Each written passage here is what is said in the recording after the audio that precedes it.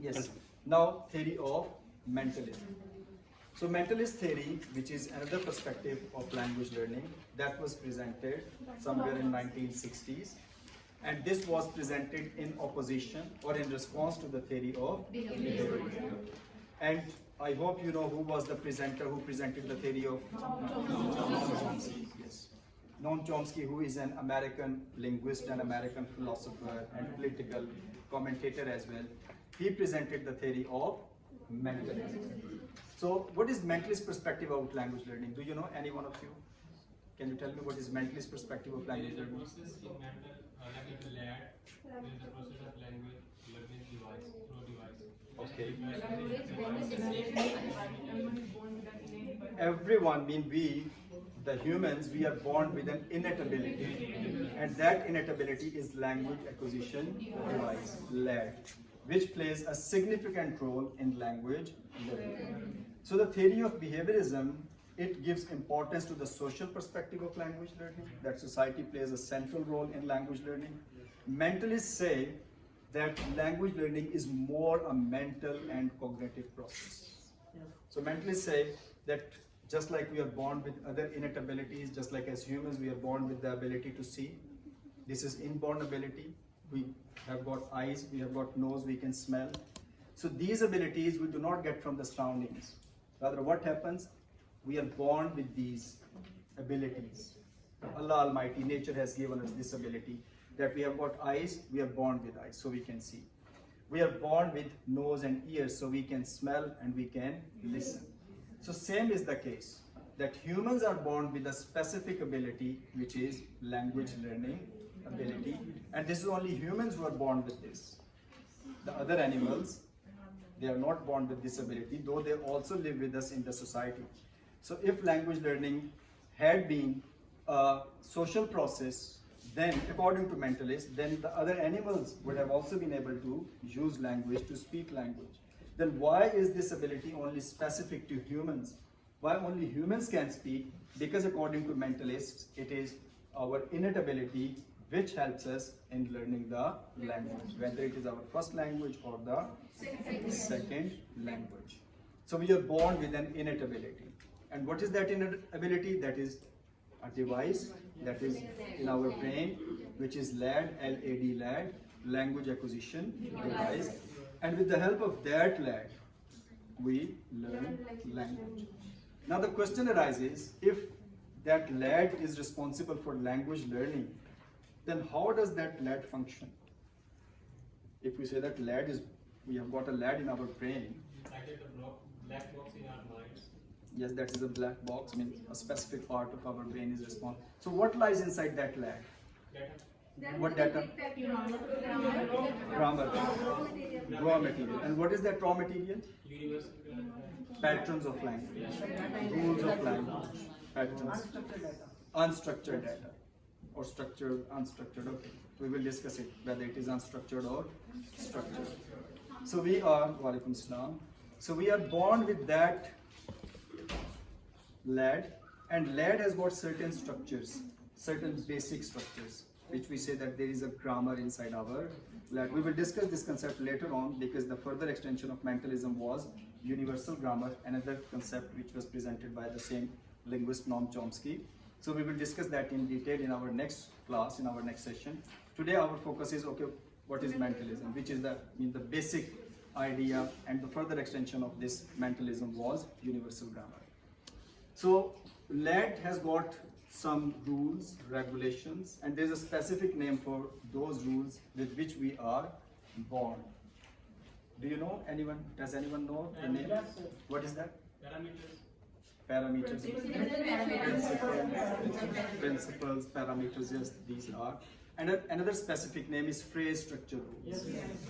That as humans we are born with certain phrase structure rules, and those phrase structure rules are common to all the languages.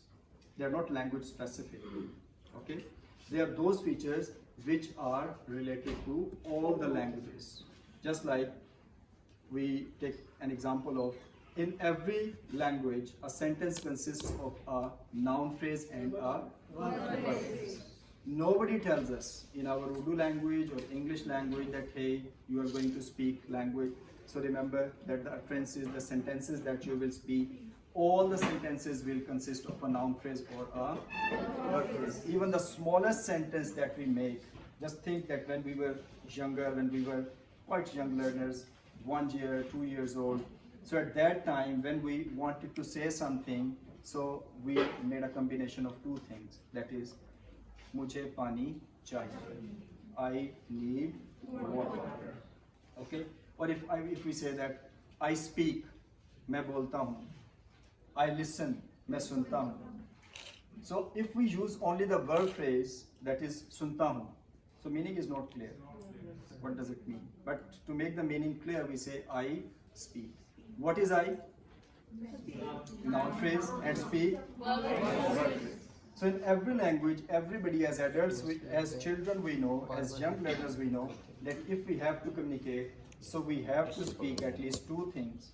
We are not consciously aware of that is noun phrase and verb phrase, but unconsciously we know. That's why we say that I need water, or I speak, you listen. We do not say simply that I or you.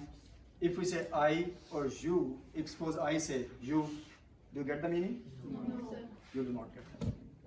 So to convey the meanings, so there is a rule in our mind that we have to make a combination of two things, that is noun phrase and verb phrase. So this is a universal feature. Nobody tells us. Just think that when we were young learners, did our parents tell us that okay, now listen, that now you will speak Urdu language or English language, and remember that whenever you have to speak language, you have to use a noun phrase and a verb phrase. Nobody tells us. So this innate ability is in our mind. So this is just like a basic phrase structure rule. Similarly, there is another phrase structure rule, just like I say that table. So this is a noun. If I say the glass table, or the table with glass and wood, or if I say the book, or if I say my yellow book, meri kitab. So if I say only kitab, it is a noun phrase.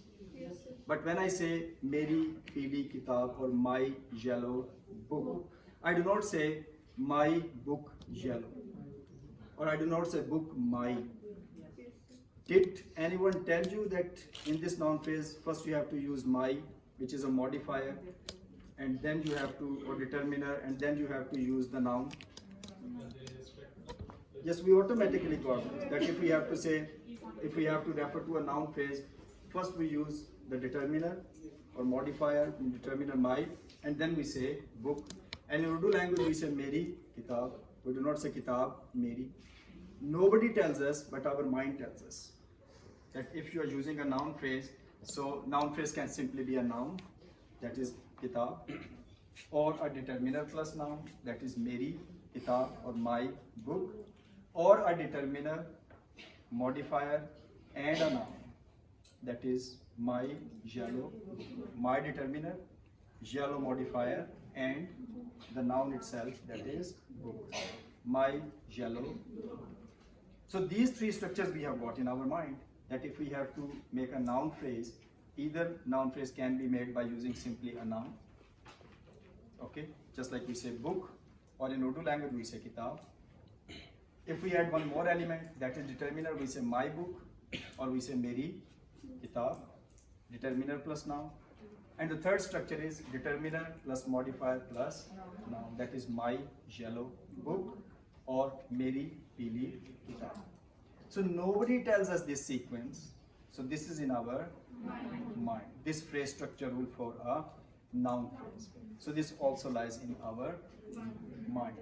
So if we are born in an Urdu speaking society, so we get from the surroundings, we get some sort of stimulus, or we get some sort of impression or knowledge that in Urdu language this is the noun phrase, that my meri peeli kitab ya meri kitab. Or in English language we say book, my yellow book.